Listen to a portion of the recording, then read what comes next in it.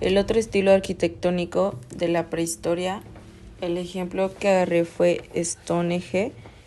Se construyó entre el final del periodo neolítico y comenzó de la Edad de Bronce, entre los años 2950 y 1600 a.C., y ciertamente es el ejemplo más conocido del tipo de monumentos megalíticos que por esas fechas se estaban construyendo por toda Europa occidental.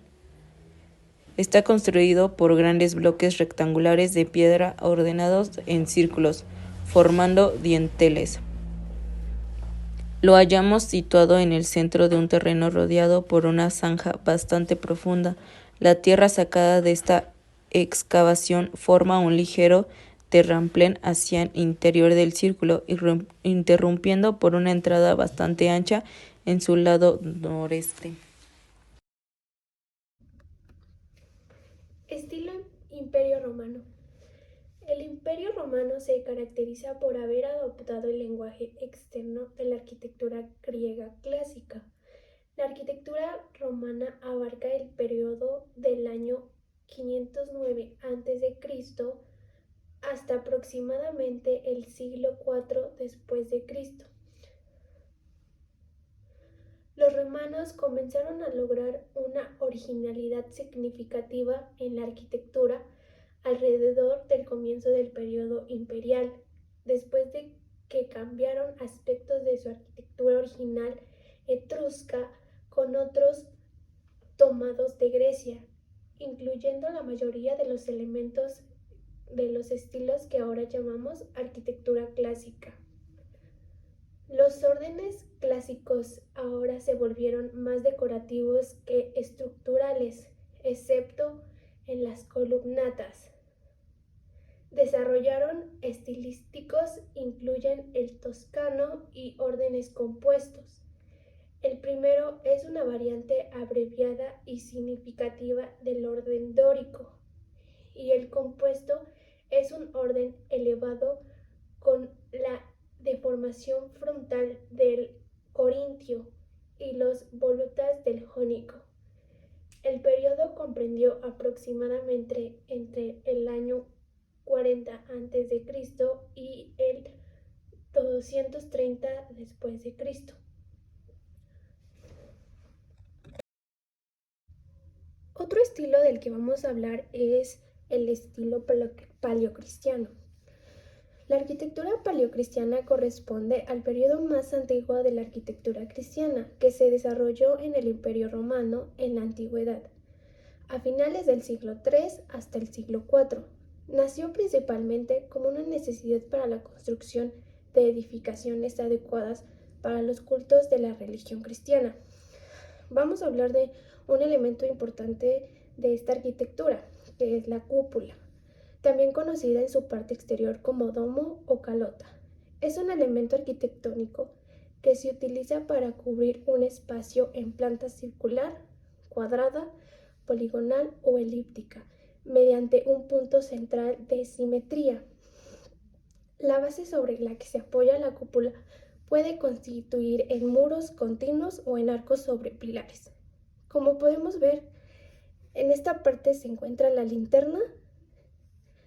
Esta parte es la semiesfera.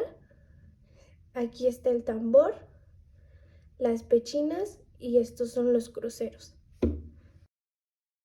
Soy la alumna Guadalupe Gómez Romero y les presentaré 3 estilos arquitectónicos.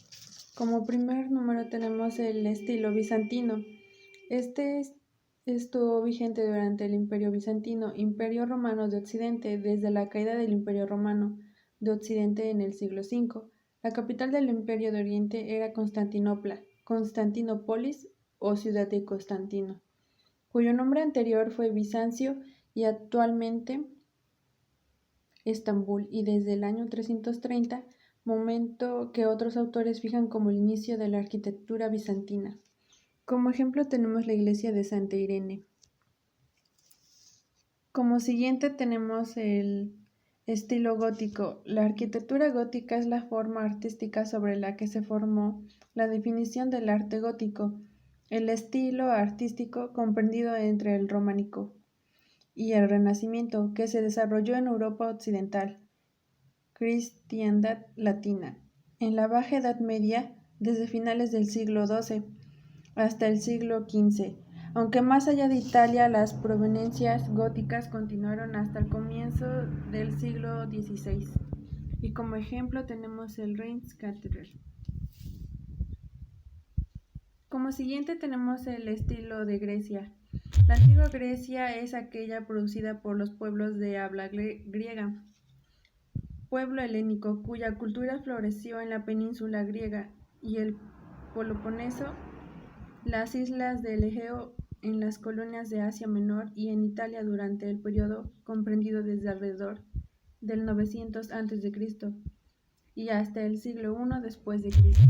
Y como ejemplo tenemos el Partenón. En este caso les voy a hablar de los etruscos y en este caso una tumba etrusca. Los etruscos conservaron siempre un sello de la cultura griega jónica que se manifiesta en su típica enterramiento por sarcófagos, aunque en sus primeros tiempos en Italia se valieron también de urnas.